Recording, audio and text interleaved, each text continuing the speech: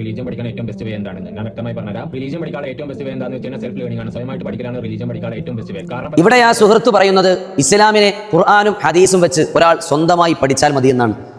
എന്നാൽ പരിശുദ്ധമായ ഇസ്ലാമിന്റെ തത്വം പാരമ്പര്യമില്ലാതെ ഇസ്ലാമും ഇല്ല. ഖുർആനോ ഹദീസോ നാം സ്വമേധയാ അതിന്റെ ആശയങ്ങളിലേക്ക് ഇറങ്ങിയാൽ അബദ്ധമല്ലാതെ അതിന്റെ സത്യത്തെ തിരിച്ചറിയാൻ നമുക്കൊരിക്കലും സാധ്യമല്ല. കാരണം പരമ്പരകളായി കൈമാറി വന്ന പരിശുദ്ധമായ സംസ്കാരം കൂടിയാണ് ഇസ്ലാം. അതുമാത്രമല്ല, മുൻഗാമികൾ പഠിപ്പിക്കാത്തൊരു ദീനോ മുൻഗാമികൾ പഠിപ്പിക്കാത്തൊരു അമലോ നമുക്കില്ലെന്നേ. ഉദാഹരണം ഞാൻ പറയാം. സൂറത്തുൽ ബഖറ 1-ാമത്തെ ആയത്ത്.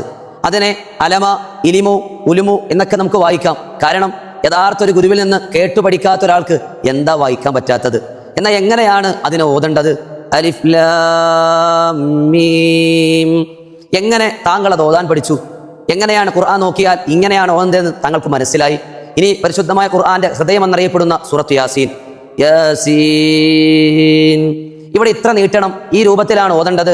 യാഇനെ ഒരലിഫിന്റെ കദർ മാത്രമേ നീട്ടാൻ പാടുള്ളൂ. സീനെ 3 അലിഫിന്റെ കദർ നീട്ടണം. ആരാണിത് പഠിപ്പിച്ചത്? ഖുർആൻ നോക്കിയാൽ ഹദീസ് നോക്കിയാൽ താങ്കൾക്ക് എങ്ങനെ അത് മനസ്സിലാക്കാൻ പറ്റും? പിന്നെ മുസ്ലിങ്ങൾ എങ്ങനെയാണ് ഇതെല്ലാം പഠിച്ചത്? ഖുർആൻ വ്യാഖ്യാതാക്കൾ പ്രമുഖനായ റഈസുൽ മുഫസ്സിരീൻ ഇബ്നു അബ്ബാസ് റളിയല്ലാഹു അൻഹു, അവിടുന്ന് റസൂലുള്ളാഹിന്റെ സ്വഹാബിയാണ്. മുത്തുനബിയിൽ നിന്ന് അവർ കേട്ടു, അവർ പിൻതലമുറക്കാരിലേക്ക് പകർന്നു കൊടുത്തു. അങ്ങനെ പരമ്പരകളാൽ കൈമാറിയാണ് നമുക്ക് ഈ സൗന്ദര്യമുള്ള ദീനിനെ കിട്ടിയിട്ടുള്ളത്. തങ്ങൾ തന്നെ പറഞ്ഞില്ലേ, ഖൈറുൽ ഖുറൂനി ഖർനി സുമ്മല്ലദീന യലൂനഹും സുമ്മല്ലദീന യലൂനഹും. എൻ്റെ തലമുറയാണ് ഏറ്റവും സുന്ദരമായ തലമുറ, പിന്നെ അതിൻ്റെ അടുത്ത തലമുറ, പിന്നെ അതിൻ്റെ അടുത്ത തലമുറ. ഇതെല്ലാം നമുക്ക് അടിസ്ഥാനപ്പെടുത്തുന്നത് ഇസ്ലാമിൻ്റെ ഓരോ കർമ്മങ്ങളും ഇസ്ലാമിൻ്റെ ഓരോ രീതികളും ഇസ്ലാമിൻ്റെ ഓരോ ചര്യകളും അതെല്ലാം മുൻഗാമികളെന്ന് കണ്ട് മനസ്സിലാക്കി പഠിച്ച് യഥാർത്ഥ ഗുരുവിൽ നിന്ന് ദീൻ നേടിയവരാണ് ഇവിടെ പ്രബോധനം നടത്തുന്നത്.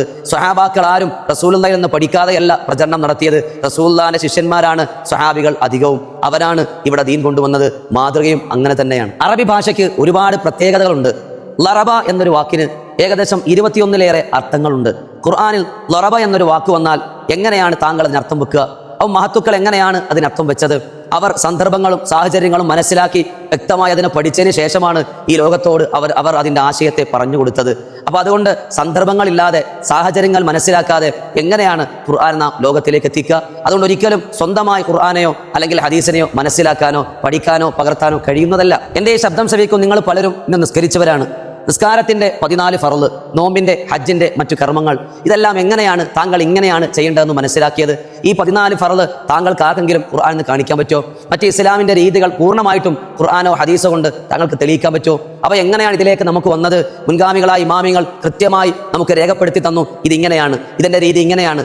അപ്പോൾ അതുവഴിയല്ലേ നാം ഇസ്ലാമിനെ പഠിച്ചത്? ഉപകാരപ്പെടുന്ന ഒരു അറിവാണ്, എല്ലാവരിലേക്കും ഷെയർ ചെയ്യണം. അതൊരു സ്വതക്കയുടെ കൂലി കിട്ടും. അതുപോലെ നിങ്ങൾക്കിത് മനസ്സിലായെങ്കിൽ ഒരു കമൻറ്റ്